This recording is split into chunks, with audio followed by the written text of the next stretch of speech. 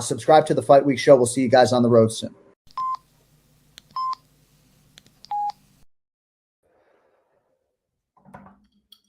What's happening, Fight Week Show fans, Fight Week Show people? Then we are back with another episode of the Don't Stop Shakedown, episode 51.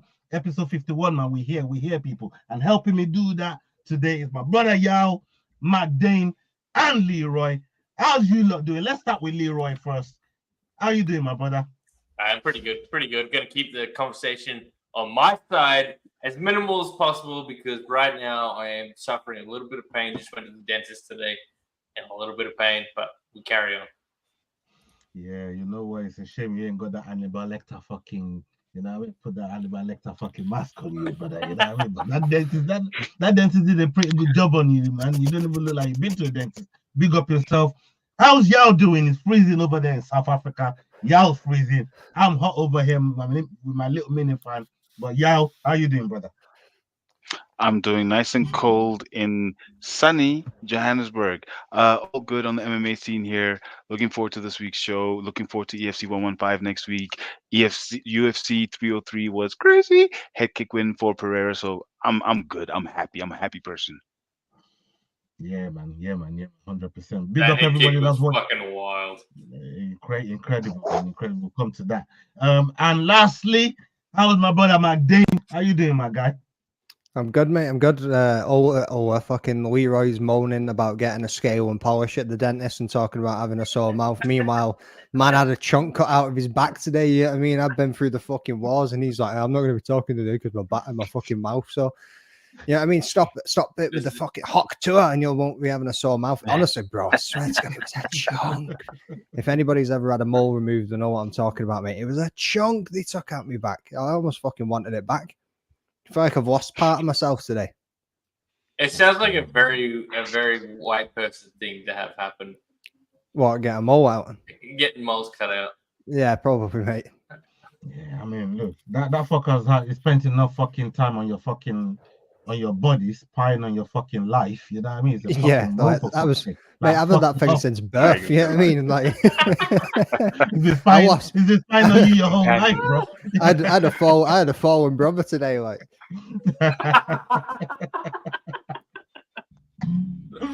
Oh, big up everybody in the chat. I see Naz OG. I see Rosie in the chat. Big up yourself, Rosie. I see Wolfie. Salute to you, brother. Yeah, man. Salute. We got Robbie Brown. Big up yourself. Please make sure as you're rolling in, you're hitting that like button, you're hitting the share button, getting the word out there. We're talking all things MMA news today. We're discussing, we're taking a deep dive into all our topics today. So make sure you're dropping your opinions so we can put them up on the screen. And make sure you're subscribing to the Rambling That podcast, to the Head Kick podcast, if to you. And make sure you also jump in on the Fight Week show as we carry on this evening. We got some news in the MMA world. The MMA world has been kind of I don't want to say quiet off the back of the card that just happened, but there's been some wild things that's gone on with the regular Joeys. They love to be in the news. They just can't stay out of the news. They can't stay out of the news. And yeah, man. Without further ado, Leroy, spin the clip, brother. After being hit with a $3 million debt charge by the Russian tax authorities, Khabib Nurmagomedov has decided to flee the country.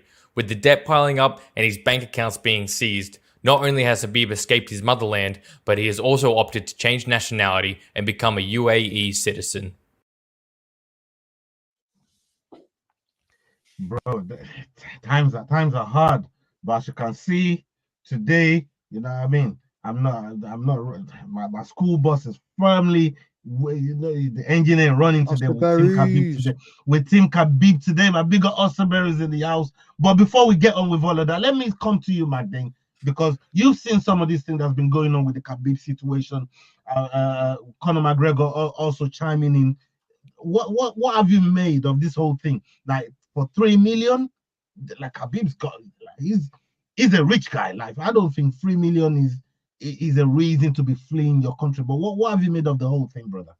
I never knew that he changed nationalities, mate. Jesus Christ, like over 3 million quid. Like you say, that's absolutely nothing to that man. That's pocket change, especially when he was, how much was he not given, like 20 million in properties or something like that in Russia? Like, Can I add some context? Go on. So it all stems back to Eagle FC. And hold on, I thought you weren't going to be talking much. Yeah, well, shocker. That's Leroy for you. Easy, dickhead. Hey, people, spam fuck Leroy in the chat, people. Yeah? As you fuck Osaberry is doing the damn thing right there, you know. Osaberry is doing the damn thing right there. I was going to say, fuck I Leroy. swear I'm not a serial that's killer. right. Come on. So it all stems back to Eagle FC. And I think that the 3 million is related to that venture in taxes, which obviously Eagle FC is more or less defunct now. So there's no money in it. So I don't know why he would pay. All he has to do, he doesn't fight anymore. So his training camps don't need to be held in Dagestan. I mean, unless he wants to go home, I mean, save $3 million and piss off to UAE where it's tax free. All your money is yours. Bob's your uncle, fun is your own. Yeah, I get it. But at the same time, can he go back to Russia, or is he going to get arrested? Like, probably arrested. No, but I think let's take a few steps back to what happened a few weeks ago with the incident that happened with someone from his gym. I think it might just be convenient timing to suddenly have a very large tax bill. These things, I hope I have not disappeared. I'm still here. These things happen all the time. I think it's just convenient that just after that news, suddenly he's forced to flee because of taxes. Okay. Yeah, I mean, look, I'm going to come back to you. Maybe you can elaborate on some of the things that you just spoke about there. But when you look at this whole gym, this situation with the guy that you mentioned as well, I think he got killed. You know, as at the time that the thing happened. But when these guys went around blowing up synagogues, went around blowing up churches in Dagestan, like you don't go around doing that without repercussion on the government looking into you. Now, one of these guys is come from Khabib's gym. Khabib said, listen, this guy spent couple months here. We don't really know the guy like that. He came here, spent couple months, had a couple fights, and he was gone. We ain't seen him since 2021. How's you man now knocking on my fucking door, raiding my fucking gym because some guy trained here, like all the other guys that were here? He had nothing to do with that, right? And on top of that, when they raided his gym, the Russian government is now putting out a statement saying that gym is not the only gym. They're looking at all the gyms just for extremist elements in the gym. So it's not just his gym. They're making it out like they just raided Khabib's gym because obviously it's probably the most popular. It's the most popular Dagestani that's in Dagestan. Put it like that, as far as fighters go. So obviously his gym is going to be in the forefront, but they're looking at all gyms in and across Dagestan just for extremist elements. So, but this thing here with him fleeing fleeing Russia for 3 million, in a way, I'm thinking it's more sensationalism than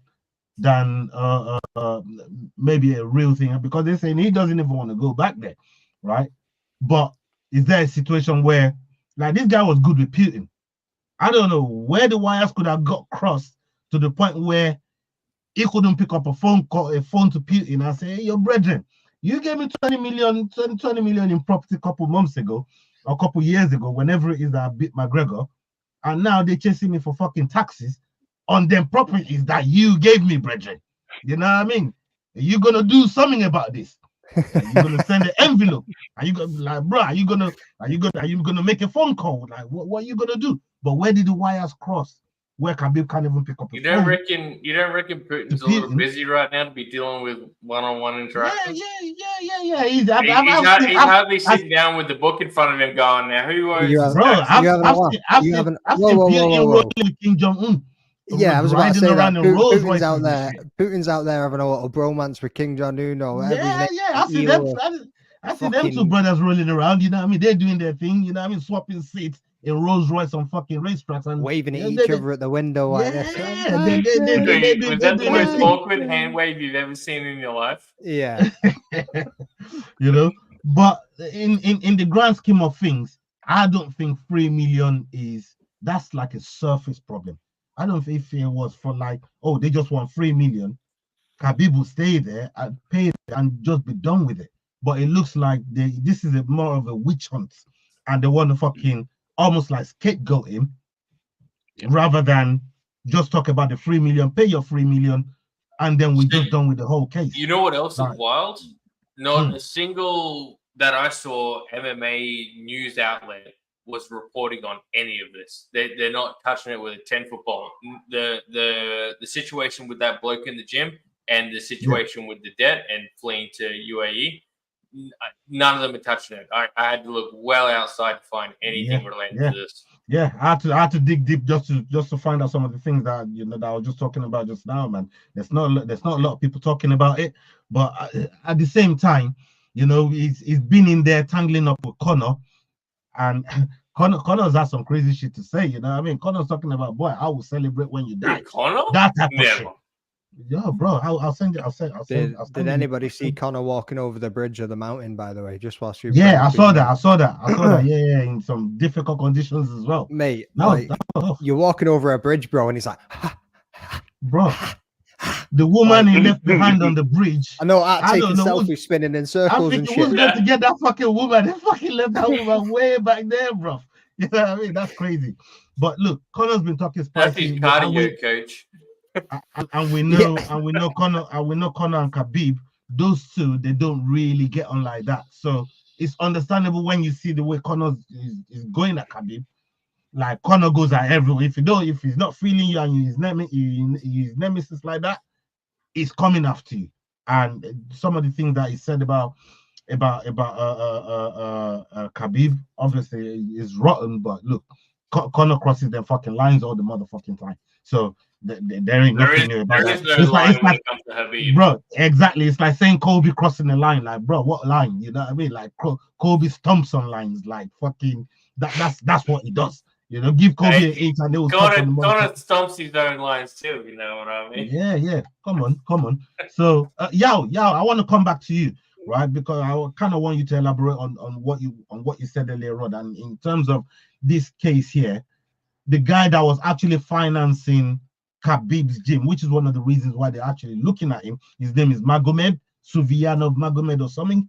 He got sentenced to 19 years for the same thing that Roman Abramovich got done for, but Roman didn't get no time. He got time over there. He appealed it, and they reduced the sentence by 6 months. So he's now doing 18 months and 6 months in jail right now. The guy that finances Khabib and a lot of other gyms and gym owners and fighters across Russia. Which I was going to trace back to 2016. It's on some oligarch thing. You know what I mean? So I don't know, Yao. What are you telling me about all this crazy shit that's been going on, bro? It's going to take you a while to live that down, buddy. Please continue. Look, the thing that makes me feel good about that is the fact that at the end of the day, I was right. Yeah, okay. So he's not wrong. So essentially, when, and it's like what you said with where did the wires get crossed? Where it comes to things like this, you can normally always say, look, I'm gonna pay, this is my payment plan. It's literally that simple. So the fact that it got this far is scapegoating, and for me it's obviously then tied back to all of it. Like you said, the guy who's funding him, who's now fallen out with whoever the powers that be are, plus that whole gym thing. Now it's like, okay, you know what, we need to take control of this thing because we don't have control of it. And Khabib's like, no, what are you doing? This is how things happen. I have nothing to do with it. So, okay, I'm going to go and apply value to wherever it is that they want the value that I am. So I'm headed to the UAE. But like I said, convenient timing simply because it shows that there's a scapegoat, some sort of scapegoating happening, as you said. So yeah, let's see what happens to him in the UAE. Khamzat is there. He doesn't fight anymore. He's now more of a mascot for the UFC than anything. But let's see who else can what else can happen in the UAE, Dubai, Saudi Arabia, that entire area, because it's really becoming the hub of combat sports. If you look at all the boxing that's going there, it used to only be Vegas, but now with Riyadh season and everything, it's the right place to be. So maybe it's even the best move for a Khabib Nurmagomedov at this point in time. Can I ask you something? So, Can I ask? hold on. So correct me if I'm wrong there. Saudi Arabia and the UAE, knuckles to knuckles, they're not buddies. Yes, but that just creates Deck to the deck. regional, exactly, the regional competition, which means they'll be trying to, well, fucking have pissing contests of who can host better combat sports events. And that is only better for all of us, because then there's more money that they're throwing at all these fighters, which then also helps fix the whole fighter pay. So them being at odds is actually at a benefit for something like MMA right now. Very true. Very Right. true. So from what I heard, UAE, as you said, is a hub, but this is not just a hub for what you said. It's a hub for. It's a hub for non-taxpayers as well. People that don't like to pay taxes. They like to be citizens of the UAE, just like Switzerland. You know, Lewis Hamilton has kind of done the same thing over here. You know, he basically moved over to all his property, everything that's about him is in Switzerland, so he doesn't have to pay taxes over here in the UK. So if UAE, obviously, we also know Dana White is also a citizen. He's now gotten his citizenship with UAE. You know, I'm not gonna say that is that man. Yeah. I'm not gonna say that man don't pay his taxes. I'm not here to say that. You know what I mean? Pay some taxes. Yeah. Right. Business But taxes. I told you, boys. See, when we were talking about Anthony Joshua last week and his fucking little charity. These men are not stupid. They know how to move money to make sure they're making money. Like, fuck me, man. Come on, this is the thing. It's not making money. It's just making. It's just. It's You don't understand what spend taxes money do. you don't have to pay. Yeah. I went as far as saying rappers will go to strip clubs and the money they throw on them strippers are part of fucking tax write-off. They're claiming that motherfucker back. If you think they're just throwing dollars in the air for these strippers just because they love the strippers, you got something else coming. That's part of a fucking tax write-off. They're claiming that motherfucker back. That's what I do with my dollar bills. Yeah. You just can't claim them back because you don't make enough. You just throw them. Yo, yeah, that shit's crazy, man. That shit's crazy. But look, on the Khabib situation, look, I hope you know, everything gets resolved. They give him back his bank accounts. It don't look like it, but I think he's got enough influence to try and pick something back up and try and get back on his feet. It's definitely a bigger story. He was never off his feet. What are you on about? Back on his feet. Man was never off his feet. It'll all get blown over. It'll all get fucking away with the wind, and then he'll be back in Russia within the next fucking 12 months. Yeah, it's just because when his influence on Putin trying to coerce Khabib to come back and fight again. Hey, who knows? Who knows? You know what I mean? We might just get that GSP fight in the end then. Who knows? We might just get that GSP fight in the end. We're gonna get that Conor Khabib too. No. That's dead in the water. We want legacy fight right now, man. You know what I mean? Like legacy things. We don't want Conor in the octagon. I don't think that you could offer that man. All right, prison time. Habib versus GSP then. You could offer that man prison time or fight Conor. You probably choose prison time. That's how much you don't want to get back in there with Conor. You know what I mean? No, it's just come on, bro. Conor, now you're talking stupid. Conor would be the type to get himself arrested and sent to jail just so he ends up in the same cell block. Yeah, exactly. Yeah, there's more chance of that happening. But yeah, I don't think he wants to get back in there with Conor. He's done with Conor, man. You know what I mean? Big up everybody that's in the chat right now. We've got a new subscriber, Cold That Maker. Big up yourself. Thank you very much for joining us. Big up yourself. Make sure you subscribe to the Head Kick Podcast and the Rambling That Podcast as well. Make sure you're showing love to all the guys. Welcome. Big up yourself. Aussie fight fan, dingo lover, kangaroo them, skippy people them. Big up yourself, Aussie fan, fight fan. Big up yourself, my bro. Salute to you. Thank you very much for joining us tonight. And we're talking all topics in the MMA community right now. What's going on in the MMA news? Make sure you're slapping a like on the video, people. As we move on to the next topic, spin the clip, Leroy. Sean Strickland accepted a challenge from Navy SEAL Mitch Agura at the Extreme Couture training facility. Jake Shields later posted some footage of the 5th round in which showed Sean Strickland landing blow after blow, putting an absolute beating on the Navy SEAL.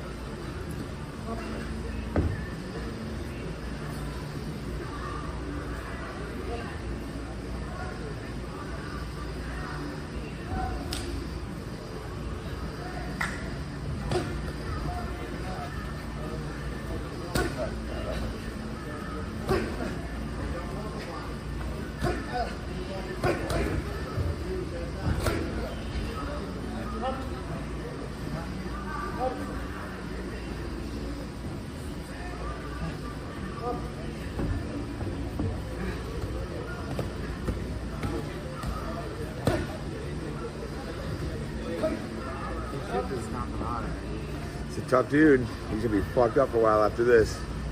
I want to give you the biggest hug I won't. I'm so sweaty. Dude.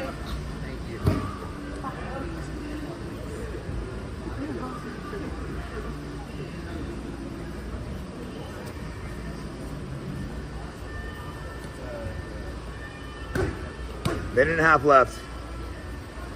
Can't quit now. Up kick him, up kick him.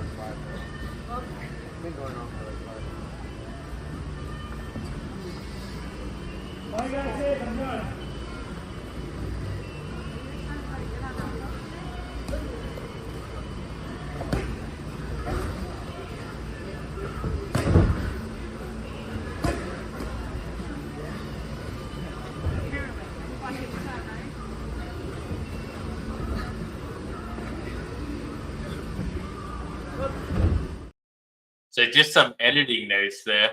Sean Strickland just a couple hours ago posted some more angles of that. I most definitely recommend going to check that out. It's good value. What did we just witness? Like, how have I missed that on Twitter? Like, for a start, like, that's the first time I've seen that, and I'm just sitting there, with my mouth open, like that was just like being bullied. Up. If you watch the whole video, it gets worse, man. It honestly gets worse. Bro, What the bad. actual It's bad. fuck? It's bad.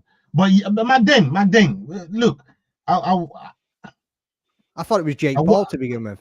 I want you. It'd be nice, wouldn't it? But I want you to obviously objectively break that video what you've just seen. Kind of break it down a little bit in terms of like what you're taking from it, especially the guy in there the guy being in there, not being a fucking professional fighter, not even being a fighter. Okay, for you about break down the skill set here. I was going to go, yeah, well, that was some lovely 1-2s. The uppercut was sweet. Yeah, I mean, the hooks to the body were perfect. Sean's footwork was impeccable. So Sean was saying that he didn't want to knock him out. He wanted to make him quit. And if you heard there in the clip, he was saying, come on, man, all you got to say is I quit. All you got to say is I quit.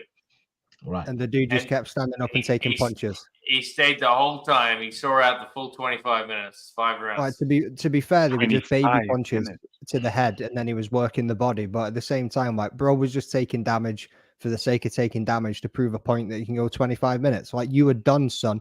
You couldn't even throw an up kick. You were that fucking wrecked. Like, is there any other rounds on there? Is the full 5 rounds up? Like, no, I want to see how we done Jake Shields posted that footage of the 5th round that we just watched there, a bit of the 5th round.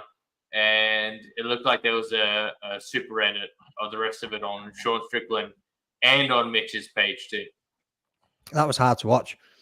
But at the same time, like we spoke about it last week, saying, oh, Sean Strickland said he's going to wait for the winner of DDP and Izzy, and everyone's like, oh, he's silly for waiting. Why you're not taking these fights? Blah, blah, blah. Even Bisping on the BYM was saying, like, you'll be getting towards the end of your career going, I wish I had another 10 months and another 2 fights in me, and then he's just wasting this time now. And the dude's out there beating up Navy SEALs. Doesn't need a fucking fight. Yeah, I mean, he's fight ready all the time, that motherfucker, like I said. Every sparring session with that dude. It was just the other week he was fighting that XK1 champion. That was like somebody who was just beating up outside a fucking supermarket, like, for asking for a buck. Yeah, I mean, like, what the hell was going on there, man? Yeah, big up yourself, Murphy. Salute to you. Thank you for joining us, Murphy. Yeah, man, big up yourself, bro. I mean, look, I was talking to Robocop earlier on. Yeah, big up yourself, Robocop. I was talking to him earlier on, and I said, look, I got a defense for Sean. It's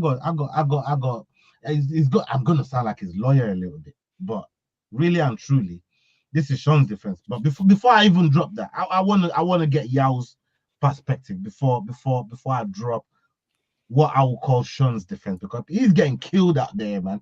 But I want to put perspective out there. There's clearly context to it for the man to be in there in the first place. So it's not just like he is in there just beating up a fucking citizen for no reason. You know what I mean? Like, but fucking hell, that image, Sean that video, minute him. and whatever it was not easy to watch when it was out of context. So the guy who's fighting, Michigura, was the one who was asking for the sparring session.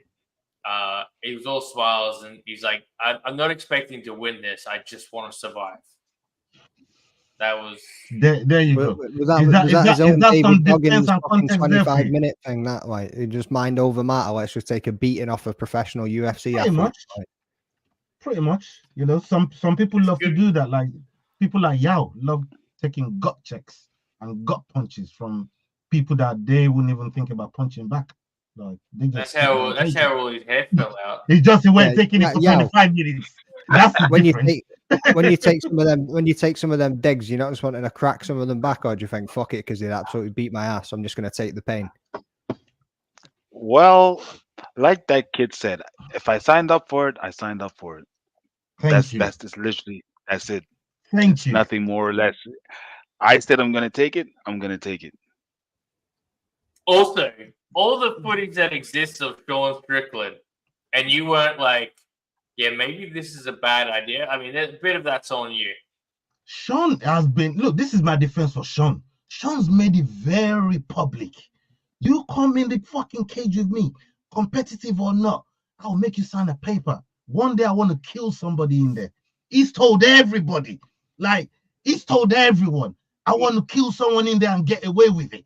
And if you think you're the guy, Sean Strickland is like the Roadhouse movie in real life. Literally, he's told everyone that would listen, I want to kill someone in here and get away with it.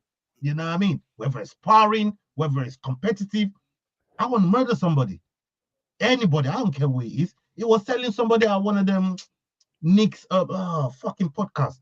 And it was telling the boy that was sat on the far end. It's like right now, I'm not going to do anything to you right now, but right now, the way your temple looks and the way the corner of this table looks, it looks juicy, bro. Like, I just want to put your fucking head right on the corner of this fucking table, man, and just end you. And the brother said, boy, what did I do to you? It's like nothing. It's like, but I'm just thinking I'm just feeling like that right now. That's how I'm feeling. You know, it's legal for him to think about it. You know, I mean, I'm not going to do anything to you.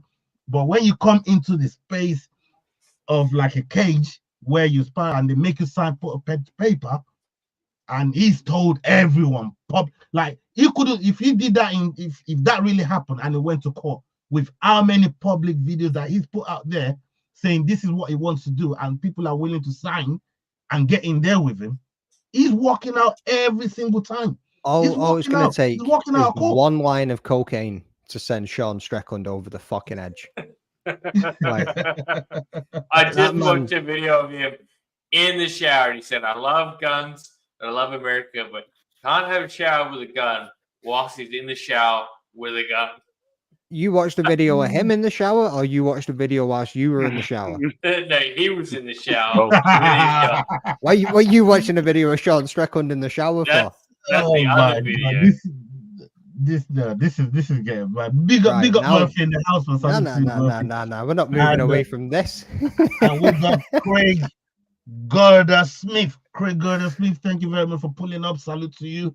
Big up yourself. Make sure that you're jumping over to YouTube, subscribing to the channels, and showing some love, man. Thank you very much for pulling up, brother. Salute to you. Look, Sean Strickland. I want to come back to you on this, yeah. With the whole thing that's going on with Easy and DDP, like we said, which we're going to touch on later. Do you think like sparring like this maybe really helps his cause? Maybe is this one of the reasons why UFC has been distancing themselves from him in terms of the things he's been saying? Because he says a lot of things, and I think it means some of the things that he says as well. He's not one of those guys that apologizes for what the fuck he just said. right? Sean ain't one of those guys, right? But do you think that's why UFC's been kind of distancing themselves away from him and maybe potentially even giving him like a chance at the title, because nobody wants to see their champion doing this to a civilian?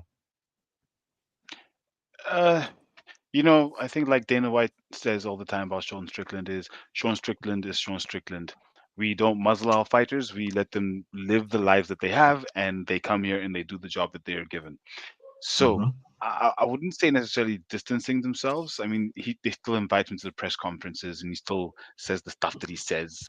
I think it's in this instance more a case of him waiting to make sure that he's ready to do this again and win. I don't think they're holding him back. I think the UFC also they have targets to meet, and like we've spoken about, you know, we would have loved the battle for the African champion to be in Africa, but if you look at the gate from the last UFC, it was $16 million. If you look at that in any African currency, in order to get that, literally, you have to get foreign debt in order to fund that, and that's not going to happen. So the odds of us actually having it in Africa is slim, and the UFC has certain targets to meet. So I don't think they're necessarily stifling him or holding him back. I think they're trying to make the targets that they need to make, and he's getting ready for what he needs to get ready for. And like you said, he is Sean Strickland. It's well known. If you get in there, look what he did to Sneeko, a random YouTuber. He beat the shit out of him. So he's made it known. If you come here, this is what's going to happen. So he's just being Sean Strickland. It's painful to watch because that guy, honestly, I think he got what he wanted, which was proving that Navy SEALs are as tough as they come. You can take a beating for 25 minutes and still keep going. So he proved what he wanted. He got what he wanted. Which, if you're going to be dumb, you got to be tough. That's all that comes to my mind. I personally think he just bit off more than he could chew. Because if you watch the full thing, it looked like he was warning out at the end of the second. And the whole reason that he didn't get out is because Strickland intentionally didn't knock him out. He was like, no, I'll make you quit first. So yeah, he survived to the end. How much? When Jake Shield said there's a minute and a half left to go, that must have been the longest minute and a half of that man's life. He'd have just been like, oh, fuck me. Crazy, bro. The worst part is, if he had his gun with Sean Strickland, I still don't know how it would have played out. That guy is fucking that guy's crazy, man. I'm saying that guy is absolutely fucking crazy. I'm all for it. We'll be saying it's bad PR and that he's lost respect for Sean Strickland.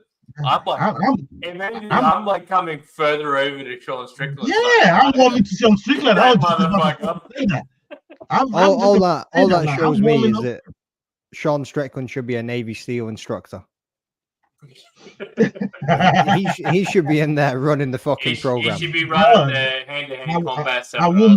I won't be surprised if he gets one of them gigs. I won't be surprised because I can see all them Navy SEALs say, "Yo, bro, bring him in here once a week. We're giving so many $1,000, and we'll line the fuck up, and he can put the work on them." You know, if the UFC ever decides to do one of those US Army events again, Sean Strickland's going to be headlining. But I think America need to stop giving money to Ukraine and just send Sean Strickland over. Yeah, the war would be over. It'd be over in a day. You know what I mean? And on the side pot, you'd have the whole Khabib tax debt thing sorted as well. Yeah. Hey, listen, money. Two birds with one stone. If you can fight and know how to use weapons, there's only a handful of people that can count in the UFC that can really get down like these guys, and they know all about the weapons. One of them is your hero, Jordan, in John Jones. He's really about his weapon. To be fair though, I would beat Sean Strickland in a fight. And Valentina Shevchenko as well. She's all about a fucking weapon. She loves she's mad for guns. Like, when it comes to guns and bullets and shit, man, you know what I mean? Her nickname, the bullet. She's all about fucking firearms. And so Sean Strickland is all about firearms. He takes his fucking guns everywhere. He has a fucking interview in the mountains, and he's got his gun right there with some girl.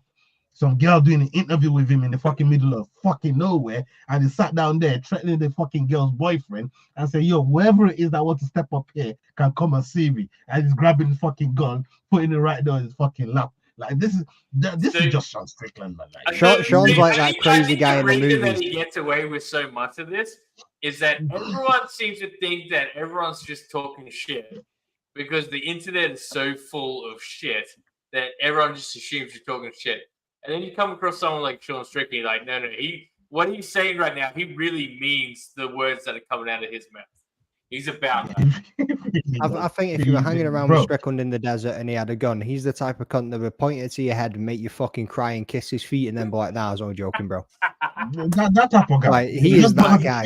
Like 14-year-old schoolboys with big boy money. Yeah, like... Yeah, he's a weird guy, but I like I said, I've been warming to Sean Strickland for quite some time, and the more crazy shit I see about him, the more I like him. I felt like that about Kobe as well. I didn't like Kobe at the start, and the more crazy shit he did, I'm like, you know what? I still don't like Kobe. With this guy. What do you think of Leon? Who, me? No, my Dane. Oh, my Dane's got better answer for you, man. No, I want to know. No. I want to know about you. I'm interested in what you've got to say on this subject. I got nothing to say about that, brother. You fucking freak. I know what you're doing. That's from that fucking Usman thing. No, come on. We don't bring up the past. We don't bring up the past. I know what you, man. I know what you. Put the past behind you. Put the past behind you and give us an honest opinion on Leon. I got 2 words for you, 3 syllables. Headshot dead. Tell me what you think. This is the kind of fucking sacrilege that I have to deal with on a weekly basis, people. Sacrilege. Yeah, you people can see this, right? You're behaving like Sean Strickland right now, and I'm like the Navy SEAL in the fucking cage that can fucking give us fucking strike. Hey, listen, look. Navy SEAls can swim.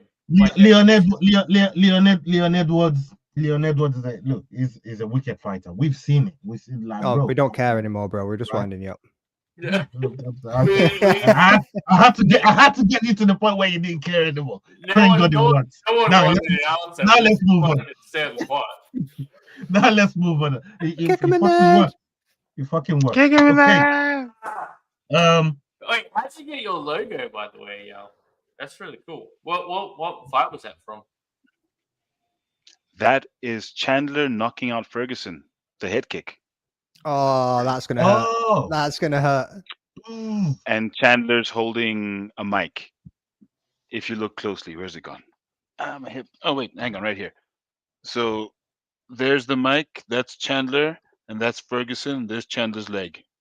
There's that big teeth kick that you want so much. How do you feel about that? How do you feel about Tony Ferguson being laid out on kick him in the head shirt? How do you feel about Ferguson's mouth fucking getting turned sideways?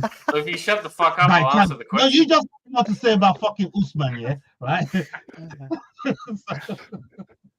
So where do you feel? Yeah, where do I get that shirt? No, yeah, he wants it so he can burn it, bro. Like he don't want that shit, bro. He's asking for that shit so he can burn it, bro. You know what? I'll use your word. I always said you didn't bring up his logo if I didn't know what was on it. Samson, what's happening, brother? You just wanted some confirmation, man. So you know what your next move is. We know your style here, right? So where do I get that shirt? We know how you do. You know? Call me. Don't tell him, yo. Don't tell him. Leroy in the house. Fuck Leroy. Run it, people. Rosie's. That's a call me. I mean, Osberry's was dead from the get-go, but Rosie, that's low even for you. Rosie's like my favorite chat member. I'm just gonna throw that one out there. For real, big up Rosie, man. You know what I mean? Hey, Rosie, just in case you didn't know, you want to be betting on who I've been betting on lately, man. You know what I mean? We're on the fucking road, brethren. I'm telling you, brethren, we're on the fucking road. We're on a nice road as well, man. You want to be betting. Don't be betting opposite where I'm going. You want to be betting where I'm going. No. Rosie, bet opposite everything Ola says, because I just want to see you lose. They're going to lead you astray, Rosie. You know what I mean? Cash Out King over here, man. You get me? Ask Nas. Dude, Cash Out King is not a rep. It's not something to flaunt. I don't know why you think that sounds cool in your head. I'm not sure, but Cash Out King is not it. It fucking is. You know why it is? Because I'm always getting more than a fucking because you're not sure about your picks. That's what you're saying. No. I'm you're always not confident. more than a fucking thing. That's why it's fucking cool. You're cooked. Whoever you bet, I'm betting opposite. Oh, hold on. I did that when you said Rosie, that your mind cannot be changed. Yeah, see? That's what I'm talking about. Hold on, Rosie. Are you telling me that with objective facts in front of you, your mind cannot be changed? Is that what you're telling me, Rosie? What facts? Objective facts. What do you mean, what facts? You got the evidence, bro. Post the evidence, bro. You man got the evidence. What were you saying about Nas? What were you saying about Nas a second ago? No, I was gonna say it, but Leroy caught me, so I'm gonna leave it there. So basically, what I heard is like Leroy didn't want me to say it. The man behind I tried the to say about I had to say it I wanted to say 2-3 times. I tried to get it out there, but Leroy didn't want it to get out there. I was gonna say maybe go ask Nas. Nas might make you his 24th wife off the back of it, but I don't know. Nas been married a lot of people. But listen, yeah, I'll put better like that Nas. Yeah. When you look at it, hold on. When you look at the fucking bet, the way they've been going nice. And when you cash out, you generally cash out more than you fucking put in. And when you cash out King, like the only way is up, man. The only way is up. You man, you need to come and see me for your parlays. Leroy, come and see me for your parlay. Magden, you need to come and see me for your parlay. And I won money at the weekend too, bitch. You need to come and see me for your parlay, brother. You know what I mean? Parlay King. You're doing a parlay next week. Yeah, man, come on. What was the cash out King that you lost 70 quid on the other week that came in?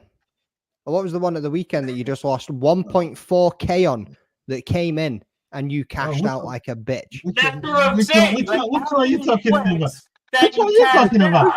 Oh, man's bragging about 600 quid and he could have walked away with 2 grand. No, you should be talking about how much I put on and how much I got off of it. Just put 2 parlays on. You can have some end results. And the other one, when you do go the extra distance, you round like fucking egg eater. Yeah, do you want to know how he fucking makes his picks, people? So he puts on one betting line and then he puts on the other betting line of the opposites and just fucking crosses his fingers and sticks his thumb up his ass waiting on it coming in. And then when it's coming in, he pulls his thumb out his ass and hits cash out. And he's like, boom. And he sniffs that shit. Bro, in case you haven't heard back then, that's why it's called predictions and gambling, bro. Yeah, that's why it's called cashing out, because you're selling yourself short. That's why it's called. Man's got a problem, people. Has anybody got a gambling addiction number that we can use? All right, Owen needs help. 0800, go fuck yourself. That's what that fucking 0121, fucking do one. The problem is he's actually good at picking the fights. The problem is that he cashes out when you should just like knuckle down and back what you said would happen and let it fucking happen. And let it ride. Yeah, so I should have just backed MVP like I said it was gonna be, yeah. Right, and then okay, well that's why it's called predictions. Fuck with. Well, exactly. So when I don't feel like backing that motherfucker that I thought was gonna then why do you put him on your parlay, you dickhead? Because I fucking changed my fucking mind.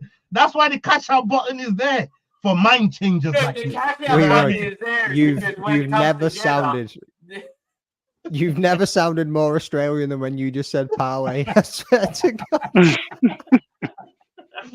Yeah, listen, do you have bingos and fucking hippies and fucking kangaroos to fucking go and tend to, bro?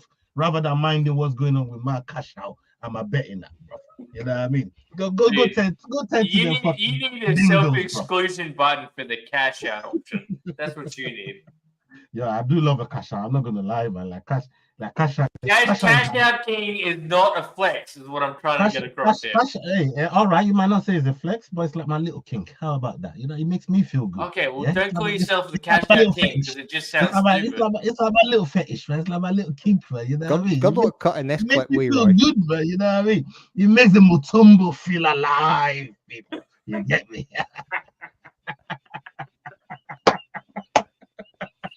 Wait, or swearing your life.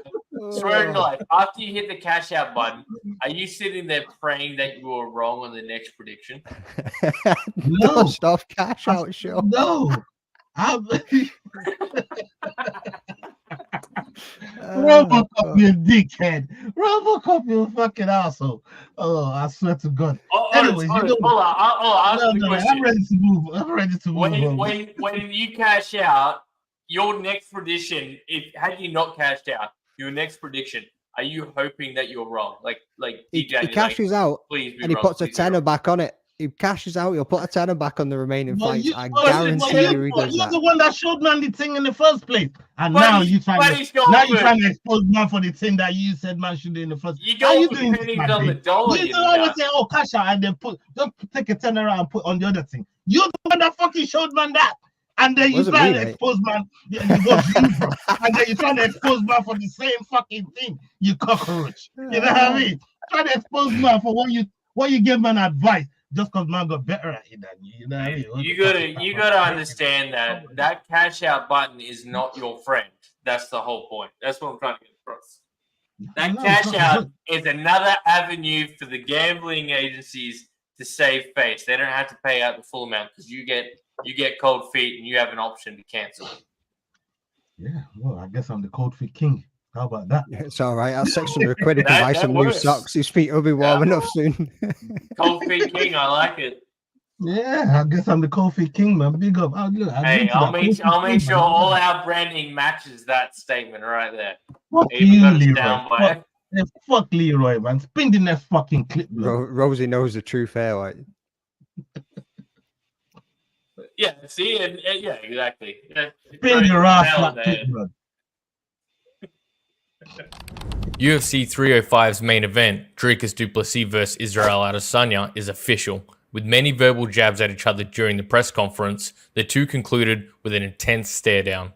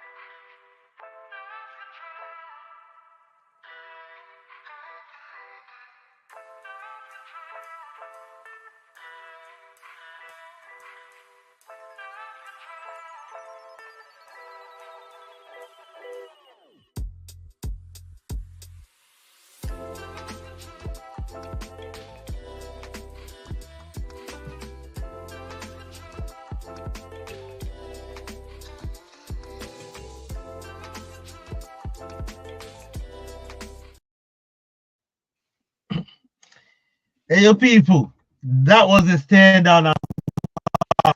And I really, really, really want to commend Poatan and Yuri for their stare down last week in that fucking cage, right?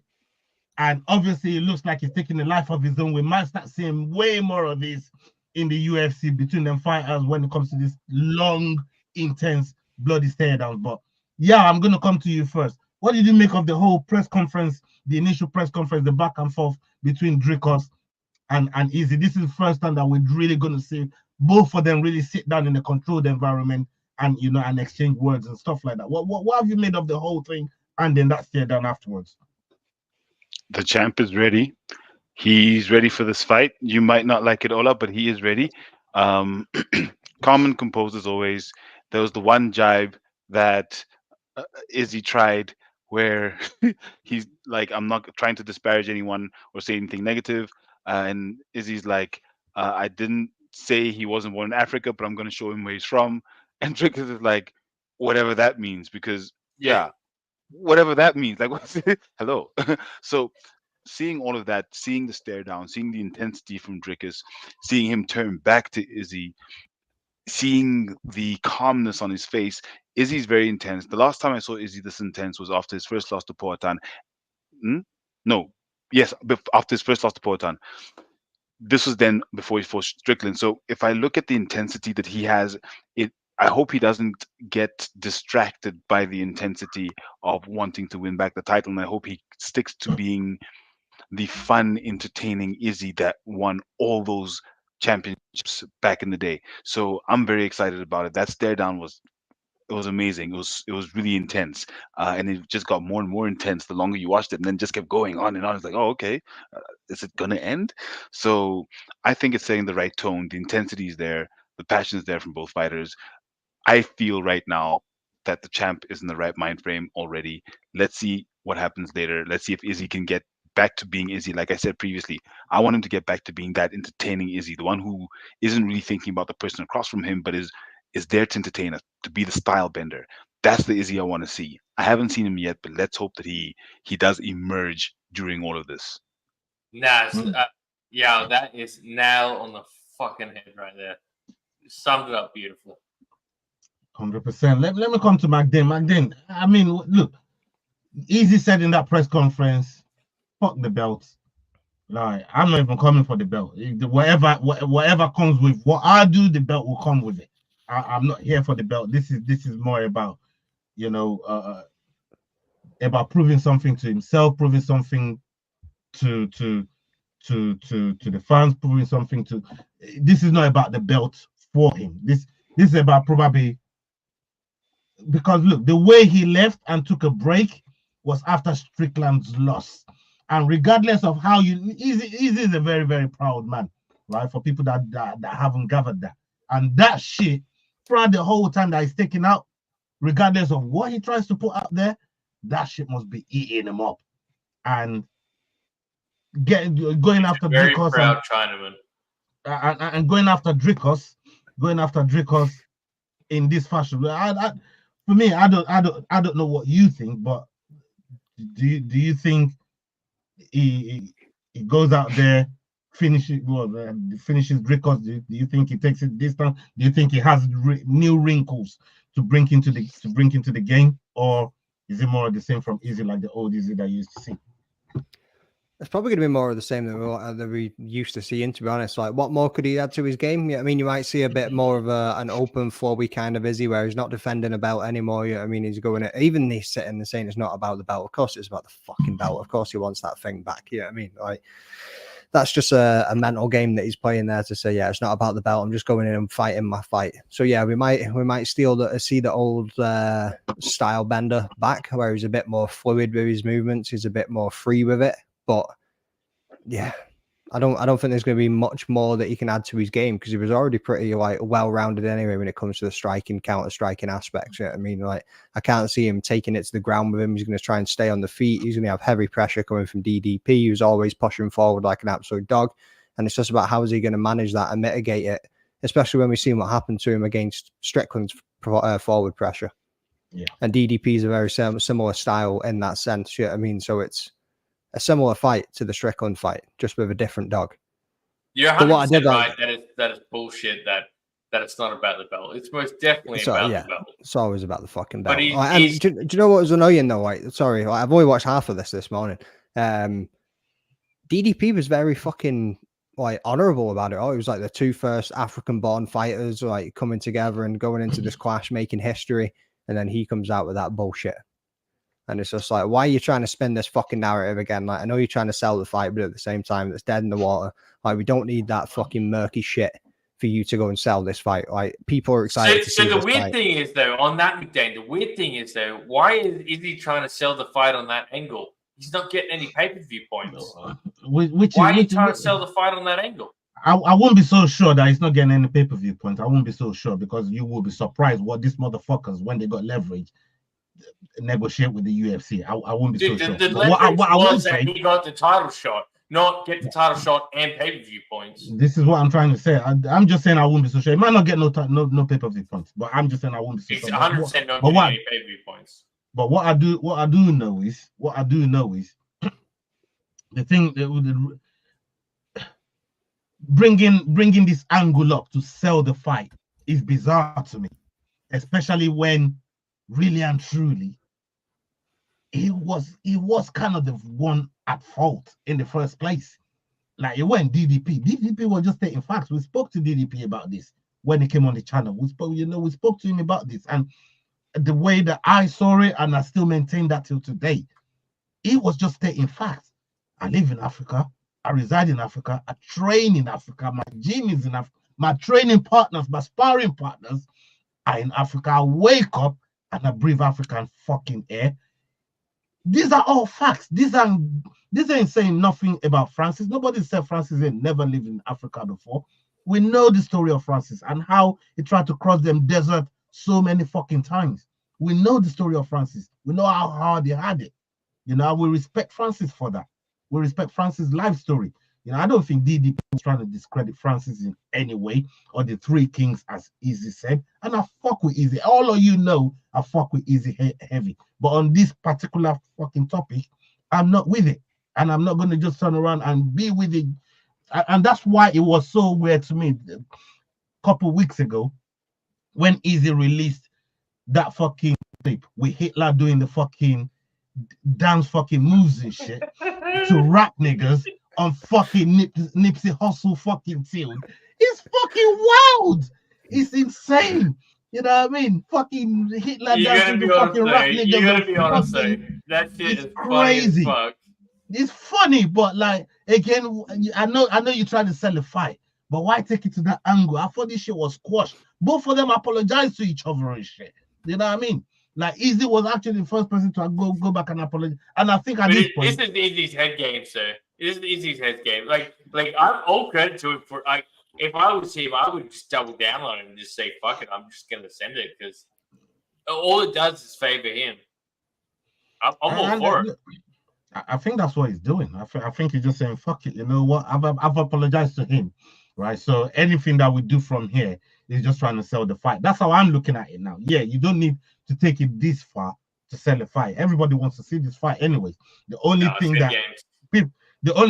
that people ain't happy about is where the fucking fight's happening, which is in Dingoland. You know what I mean? Nobody fucking likes that. We want it to be in fucking Africa. But they're going over there with Skippy Land. The Australian Dana White getting in between them was awkward as fuck too. Dude, it's like, I pick a better person who's less prepared for if shit pops off.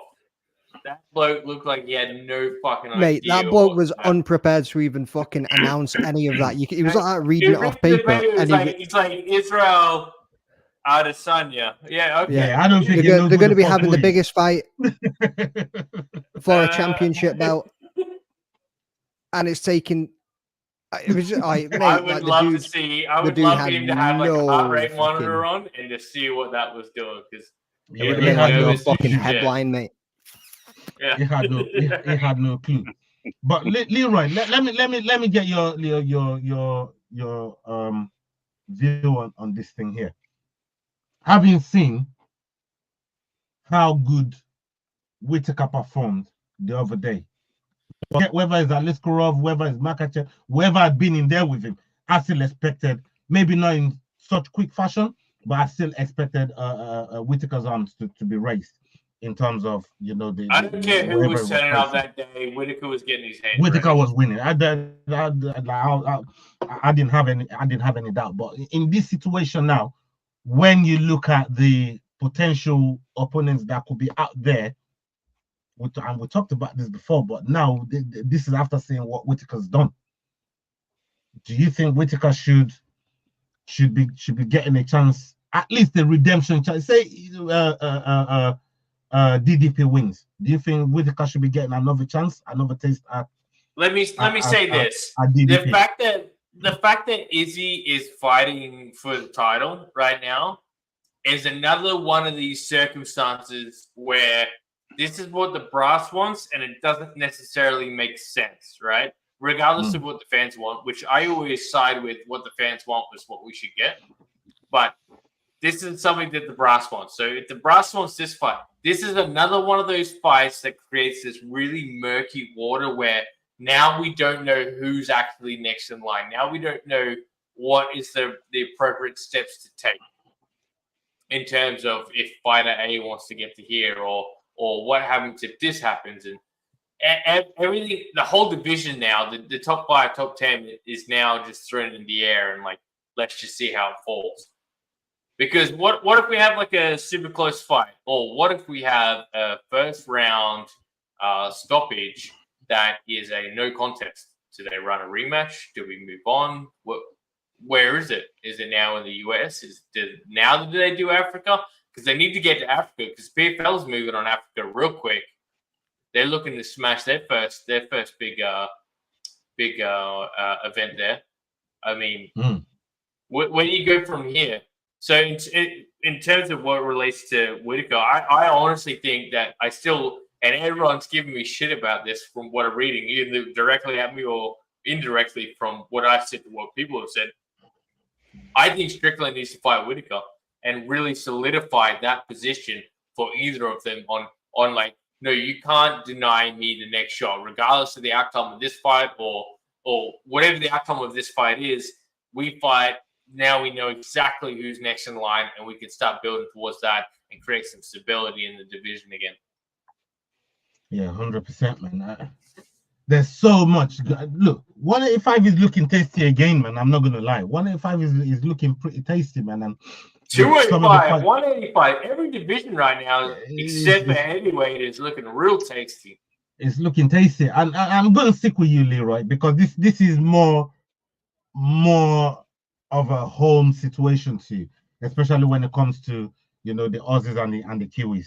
Now we've got Steve Erceg versus Kai Kara France, and I'm sure you like both of these guys for different reasons. But Steve Erceg, especially, from Australia, like, what are you thinking about that fight? Who you think is coming out on top, and like where? Without no bias. So even Kai Kara France said that Steve Erceg won that fight, and I still hold true to that. I think the Steve Erceg should be the champion. You will leave Pantoja out of your mouth, and let's talk about Kai Kara France. Pantoja lost not only to Moreno, but he also lost to Steve Erceg. You will leave Pantoja out of your mouth, and we will talk about Kai Kara France.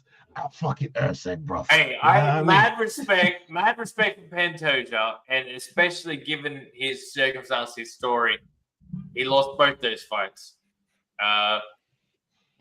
But Kai Kara France taking this fight on, that fucker really is about it. He's like, even in the press conference, he said, I want the best fighters. I want to test myself against the best in the world, and that's what he's got. That's what he's got. I'm all for. I think this is a great co-main event. Both of these guys could easily be champion given another night when they fought. Easy. So, what do you think's winning? Oh, that's a good question. I'll go with Kai Kara France. That's what I thought. That's what I thought. That's what I thought, and I respect it. I respect it. Yeah. I want to come to you with this question here, right? And this is going to be the last question before we wrap up the show. Big up everybody that stayed with us up until now. Salute to every single one of you people. Make sure you're hitting that like button, hit that share button, hit the subscribe button. The links are in the chat right there for the Rambling That podcast. The link is out there.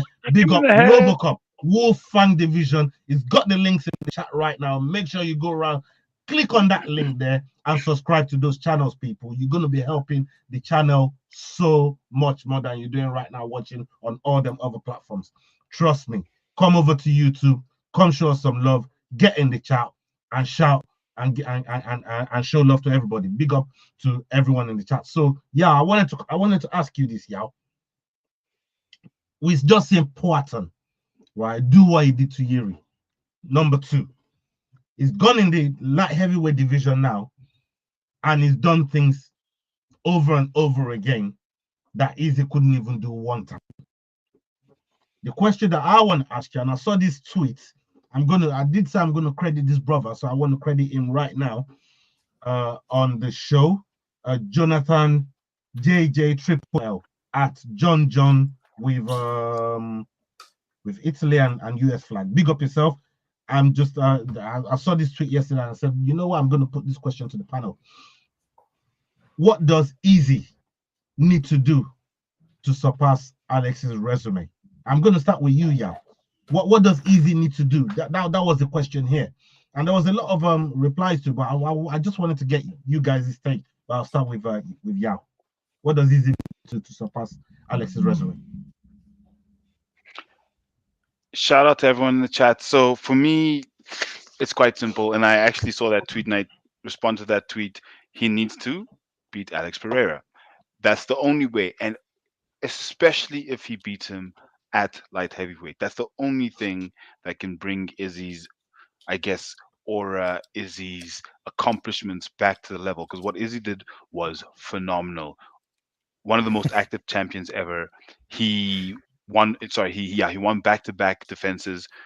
But what Poatan has now done in the space of time that he's done it, including having beaten Izzy, unfortunately has given him this elevated status very quickly. And now the only way to capture that back without time, because things like that then take time to recapture, and Izzy doesn't have that much time necessarily in his career to recapture it as such. And Poatan is going hard. He's taking every fight he can. He's going for every single PPV that he can, whereas Izzy recently said that he's going to retire until 2027.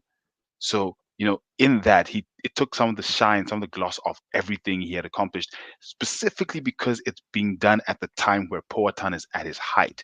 So because of that, and the way memory and history works, we'll remember that more, especially because after losing to Poatan, Izzy said he's going to take, 3-4 years off fighting. That literally was almost like him saying, I have now fought the best and I have lost, and the best, or I've won, and the best has now moved on. But I think the only way for him to reclaim that is to beat Poatan at light heavyweight. Other than that, even if Poatan comes back down to middleweight, I'm not too sure if that would really give it the same sort of triumphant energy. So the only way is to beat Poatan at heavyweight. Sorry, light heavyweight. What about you, Magdane? I mean, you know, what does Izzy got to do to surpass Alex's resume? Because sometimes it's not always as direct as just being important. You could go and deal with other fighters that can give you kind of the same level of, say, recognition in Poatan's achievement that it's already done in very short space of time.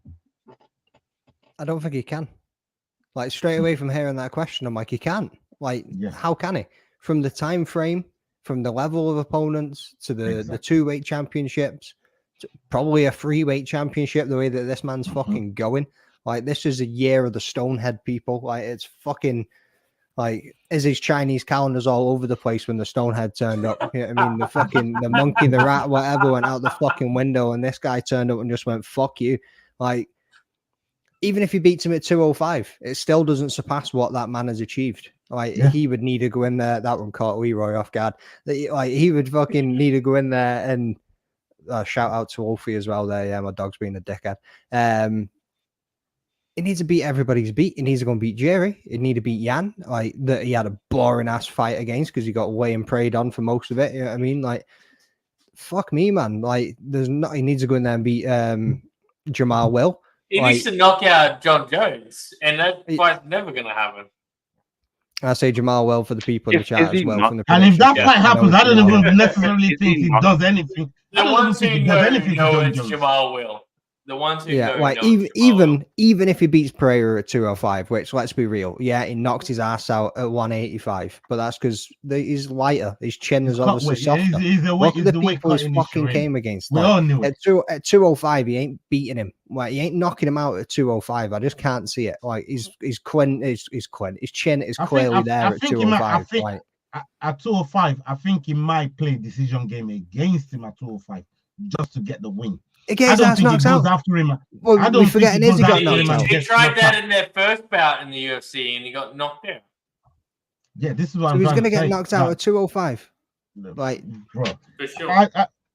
The way that I look at it, again, like what you said, I'm going to come to you, Leroy. I don't think he surpasses Poatin's resume at all. Nah. I don't see a world where it happens. And Izzy can still do a lot of things, a lot of impressive things, and I still he already has.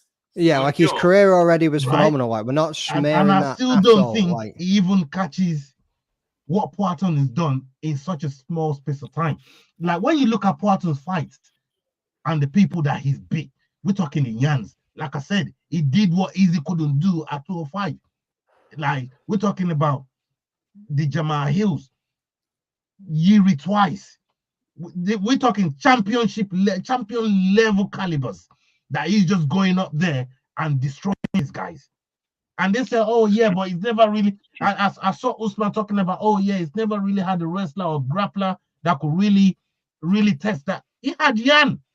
Jan Blachowicz. We see what he did to Izzy when it came to the grappling. You mean the 41-year-old? You know what I mean? He just malhandled Izzy down there. Injuries and all the rest of it. He's not had a good grappler, and I actually. And listen, Ankalev. I don't even think Ankalaev. I don't think Ankalaev is even going to be a problem. Ankalaev's like a big, dumb, slow sloth. Like, yeah, he can get you down to the ground. Yeah, he's got some power, but Poatin's too fast. You will wash your mouth out. You will wash your mouth out when you say that. I won't wash shit. I won't wash shit. Big, dumb, sloth, when you talk motherfucking Russian of a dude. Yeah, I mean, when you talk about Ankalev like that, yeah. No. Ankalaev's the type of dude that pulls up to the drive-thru and stares at the menu like a stoner for 10 minutes before he tells him what he wants. You do that. I've been in the car with you. I saw you fucking staring at a fucking McDonald's menu for 5 minutes. The woman keeps saying, hello, you're going to make an order. You're like, I'm fucking looking. But I agree with Ola. I don't like it, but I agree with Ola. I actually think that Ankalaev does him. Nah, Ankalev is a different problem. But look, not in 2024. But that doesn't diminish what I'm trying to say. Doesn't diminish what Poatin has done from 85 all the way to 205. And then if he goes to heavyweight and does things against them 265 motherfuckers, then bro, I don't know what else to say. I don't know what more accolade that you could give to Poatin at this point. To me, if Alex knows what's good for him, he'll skip the Ankalaev fight and go straight to 265. I don't think he does that great against some of these bigger boys in the 265 weight division. I'm not going to lie. Yeah, he'll have some interesting matchups in the top 10, but I don't think top 5, I don't think he's getting anywhere with those boys. I think look, I see where you're going all the hype. I think if you want to put him in there, you put him against the Bam Bam. I think a fight with a Bam Bam versus Pereira. No, stop talking about Bam Bam. Yeah, you're a freak talking about Bam Bam like that. A Rosenstrike? Rosenstrike would be another great. Why fucking went to Bam Bam? Bam Bam. Rosenstrike, yes. Come on, bro. How you gonna fucking drop Bam Bam? You're a fucking pair of Bam Bams. You shut up. You know what I mean? Jesus, McDaniel making sense of it. I fucking said Bam Bam blood. All right, hold on. You're still riding Richmond's dick, buddy. I'm more worried. I'm more talking about someone like a Tom Aspinall. Say John Jones isn't ready. That makes sense. I don't know what the dig is there. Saying John Jones isn't ready. Poatin makes it to heavyweight, and he has to fight somebody like a Tom. How does he do against somebody like a Tom? He's not going to do anything against the Tom. Yeah, I mean, that's like number 1 contender, interim champ, top fucking level. I've just said top 5. He's going to struggle. Top 10, right? 5 to 10. Does he struggle against Almeida? Yes, he fucking does. Look at Yeah, Almeida, what no, he's done he to loses everybody to else that Almeida. weighs. He loses Are you to Almeida. joking? Right. Okay. That one's probably the most clear cut of the lot. Yeah, like how the fuck Big are you fights. making money on the weekend with an ideology like that? You fucking I'm asking dingo. a question, bro. It's not I mean, ideology. do you think Almeida? Do you think Poatan beats Almeida? It might be a question You're I already have the fucking answer cooked, to. mate. I'm just asking for the You're people. You're about me looking at a McDonald's roster. You're looking at the McDonald's menu. You're looking at a heavyweight roster. Like, yeah, just got so big and pulp, buddy. That's fucked. No, I'm just asking the question for the people, man. Okay, You know? so I want you to answer your own question. Volkov, that would be an interesting one. How would he deal with the length? You know what I mean? And then there's also the threat of the takedown and the submissions from Volkov too. That would be an interesting leaves fight. His chin high though, so I'd give it to both. Yeah, 100%. So that would be an interesting fight. I'll give you that one. Yeah, Who else does he beat? Did my job Who else for me. does he Thank you beat? very much. Answer me. Who else does he beat? Who else is who beat? This fucking guy. I like the Curtis Rosenstrike idea because Rosenstrike is a former kickboxing champion as well. I think he's got over 75 wins, something like that in kickboxing. He's a decorated kickboxing champion. He might not be the best in the UFC, but maybe he gives another kickboxing champion a run for his money. I'd like to see the Rosenstrike. Like Adesanya, sure. I do not want to see that guy with another fucking kickboxing fucking fighter. Just give him a sambo, motherfucker. Let's see what's up, people. Just give him a sambo, mother. I don't even want the all Americans. Just give him a sambo, motherfucker, man. And let's see what's up. You know what I mean? Top 10 heavyweight, Ola. Who does Poatan beat? In the heavyweight. Let's start John Jones. Does he beat John Jones? No. I don't think Does he beat Tom And that's Jones without drugs. Jones with drugs, hell no. But Jones without drugs, let's stick to yes and no. Let's fucking roll through it. This ain't cocaine bear. It doesn't beat cocaine, John. No. Curtis Blades. Fuck no. You missed Cyril Gane. Cyril Gane, my apologies. Cyril Gane ain't even in this competition. All right. If we're adding Cyril Gane, maybe. Kickboxer. Maybe. No, he beats Cyril. He still gets bodied by Cyril Gane. He gets bodied by Cyril Gane. Yeah, I'm just giving it a chance. Sergey Pavlovich. Everyone. That'll be a fun fight. Yeah. Curtis Blades. Were you running with that one? Fuck no. Right. Alexander Volkov. Fuck no. There's your top 5, right? So there's all your fuck no's in your top 5. Exactly what I was saying. Yeah, you know what I mean? He's just confirmed. So why are we assuming that he beats Jones though? Why is people assuming he just goes up there and beats your hero, bro? Like, come He's on, not my fucking hero. Shut the fuck up. Fucking hero. Haram. Everyone knows I'm McDane's hero. Let's not get it twisted. Okay, so let's go from top. Hold on. We're still working this out. McDane, have you still got the rankings in front of you there? Yeah, mate. Stipe Miocic. Can we go from 5 to 10, please? Stipe Miocic. Stipe, yes, and maybe, but yes, I'll go with it. Jailton Almeida. No. Marcin Tybura. Yeah. Yes. Sergey Spivak. Yes. Yeah. Taito Avasa. Yes. Maybe. Yes. Derek Lewis. Yes. No. And that's me going to 11, baby. That's me going further. And then you got Rosenstrike. So on the total, what are we sitting at? Like 4 yeses? Yeah. And he's sitting there questioning why Taito Avasa is a bad option. That is like the perfect candidate to welcome him to the heavyweight. Yeah, I mean, it's a winnable fight for him. Thinking about it now. Good enough question. I mean, I don't know if Bam Bam's still the name to be brought up into the team though. Like Bam Bam, like leave Bam Bam alone. I love Bam Bam, man. I love his celebrity. I love that guy, man. You know what I mean? Like that guy needs a hair transplant.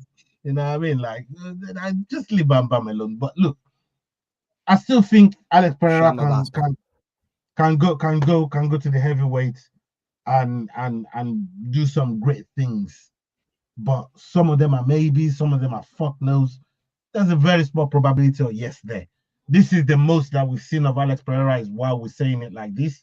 Maybe when it goes up there and if he looks comfortable, we might start saying more comfortable yeses than we've said today.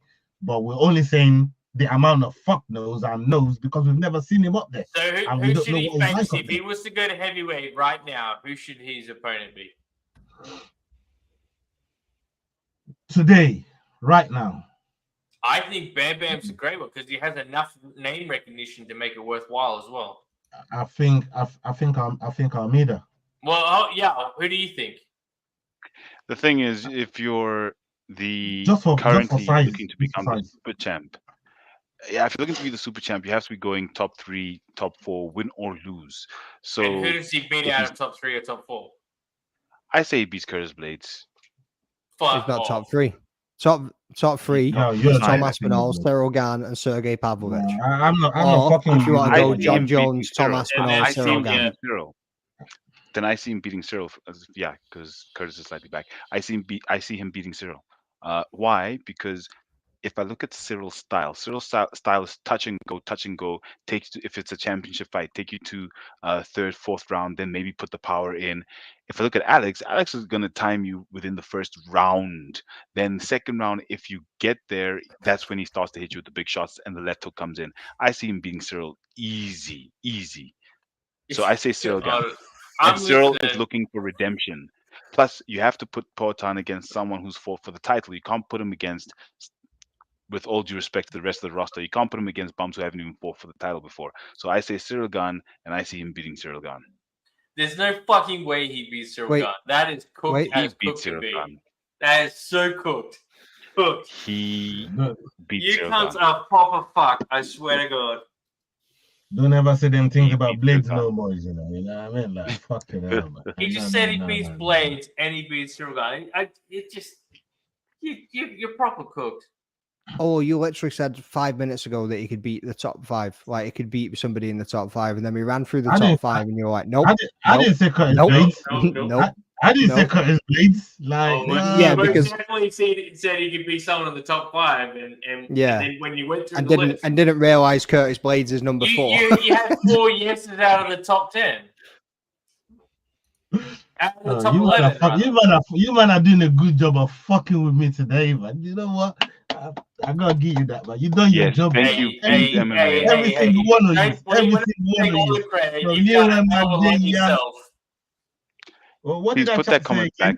Poatan would smash Cyril. Do you think Gane could be a glory champ? It'd be a striking match. In a striking match, do very well. Unfortunately, that left hook comes turns into out play. Queen's MMA is cooked as well. Yeah, I did have it as a maybe, but like I said, I only said maybe because the left hook comes into play, but at the same time, carrying the extra weight, it probably won't be as quick. The area will still be quick, but it won't be as quick. And you're going to be punching a dude that probably weighs 265 plus. Like, is that left hand still going to be the left hand of God that he's found the sweet spot at 205 with? You know, that's the thing, which is why I'm saying you just don't know because you're going to be fighting these guys that I've never seen him up there. Once we get a sample size, maybe we can listen. You know, we'll have a more definitive. Here's the truth. The truth is, he will never go to heavyweight unless he goes straight for a title shot. So then it's okay if he loses. And I agree with that. I suppose.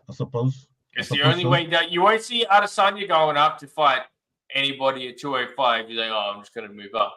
No, it's a title fight or nothing. Title fight or I stay.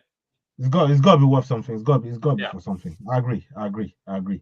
Which makes it all the more wild that Aljamain Sterling had the longest winning streak longest title defense at 135, loses once, and then goes up to 145 and fights, ranked, sure, but not the upper echelon. Like, credit to that man for just going, fuck the brass. I'm gonna do what I want to do anyway. Yeah, they did him dirty, and we know their relationship between Aljamain and UFC. Yeah, they do him dirty all the time. That's a whole other topic to bring up on the next one. And people, we have come to the end of the show. Salute to every single one of you that's hung with us. You guys are super super. You guys are the reason we do this, man. You guys are the reason we're here every single week. Salute to every single one of you. Big love to you. And I want to thank my brother Yao. I want to thank my brother Dane. I want to thank my brother Leroy for pulling up again this week on the Dust-Up Shakedown Show. Big topics to talk about. People, if you're watching on playback, make sure you engage. Make sure you put in your thoughts and feelings into the comments. Let us know what you guys are thinking. Up onto the next show, people. Hasta la vista. We're out. Salute. Big love. Peace. Fuck Leroy.